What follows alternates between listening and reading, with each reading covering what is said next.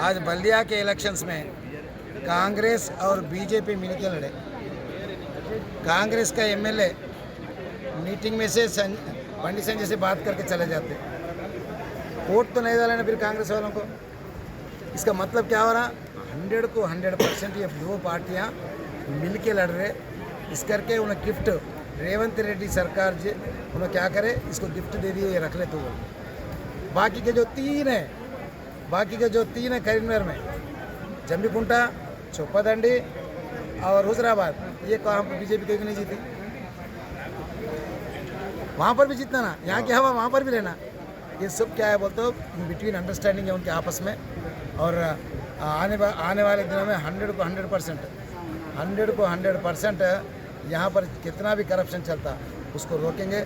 जो सुविधाएं पब्लिक को देने के, वो पूरे सुविधाएं भी 100 को 100% दिलाएंगे। और हम 10 आदमी हैं बीआरएस पार्टी के, 10 आदमी बस है। हम 10 बस लड़के दिखाते हैं कौंसिल में कि किस तरह हम लड़के। ప్రమాణ స్వీకారం తర్వాత మేయర్ అండ్ డిప్యూటీ మేయర్ ఎన్నికల్లో భాగంగా రెండు పార్టీలకు, ఇటు బీజేపీ పార్టీ కానివ్వండి, ఇటు కాంగ్రెస్ పార్టీ కానివ్వండి, ఇవి రెండు కూడా దొందే కాబట్టి వాళ్ళిద్దరితోటి మేము సమాన దూరంగా పాటించినాం. ఎట్టి పరిస్థితుల్లో కూడా ఈ రెండు పార్టీలు మాకు వ్యతిరేకంగా, కాంగ్రెస్ పార్టీ ఎప్పుడు కూడా కేసీఆర్ గారిని అరెస్ట్ చేయాలని, కేసీఆర్ గారిని సిట్ నోటీసులు ఇవ్వడం, భారతీయ జనతా పార్టీ రోజు ప్రొద్దునెత్తినే మా పార్టీని విమర్శించడం, ఈ రకంగా ఈ రెండు పార్టీలు కూడా మేము పూర్తి బద్ద వ్యతిరేకంగా వారికి ఈరోజు మేము బైకాట్ చేసి ఎవరికి ఓటు వేయకుండా రావడం జరిగింది. మా డిమాండ్ అంత ఒకటే, మీరు ఫండ్స్ తీసుకొస్తా అన్నారు కదా, దయచేసి నేను రిక్వెస్ట్ చేస్తున్నా, ఇటు కాంగ్రెస్ పార్టీ కానివ్వండి, ఇటు బీజేపీ పార్టీ వాళ్ళిద్దరిని కూడా నేను రిక్వెస్ట్ చేస్తున్నా. ఏంటంటే కరీంనగర్ నగరానికి ఎవరు ఫండ్స్ తీసుకొస్తారో, ఎన్నికలకు గెలిస్తేనే ఫండ్స్ కాదు, సేవ చేసేందుకు రావాల్సింది మున్సిపాలిటీ అంటే. అలాంటి మున్సిపాలిటీకి ఎన్నో మేనిఫెస్టోలు మీరు రిలీజ్ చేసిండ్రు.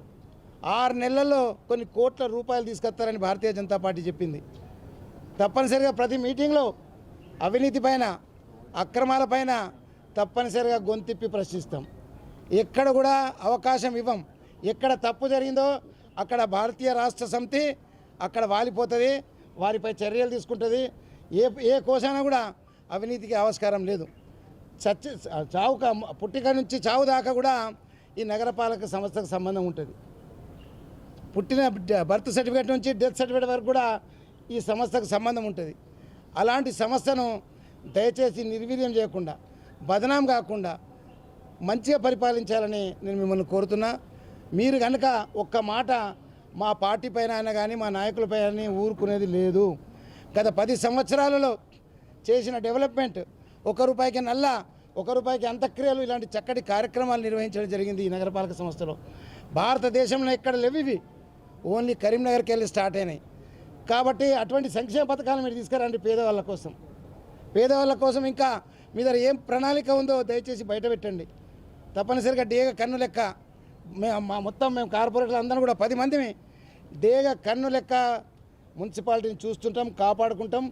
మీరు కనుక అవినీతికి పాల్పడితే తెల్లారే ధర్నా కార్యక్రమాలతోటి బట్టలు పెట్టేట్టు చేస్తాం. కాబట్టి దయచేసి ఈ రెండు పార్టీలు కూడా మాకు సమాన దూరమే. మీకు వాళ్ళతోటి మాకు సంబంధం లేదు, వాళ్ళతో దోస్తానం లేదు. ఎప్పుడు కూడా ఎక్కడ కూడా వారితో కలవాలనే ప్రయత్నం కూడా చేయలేదు.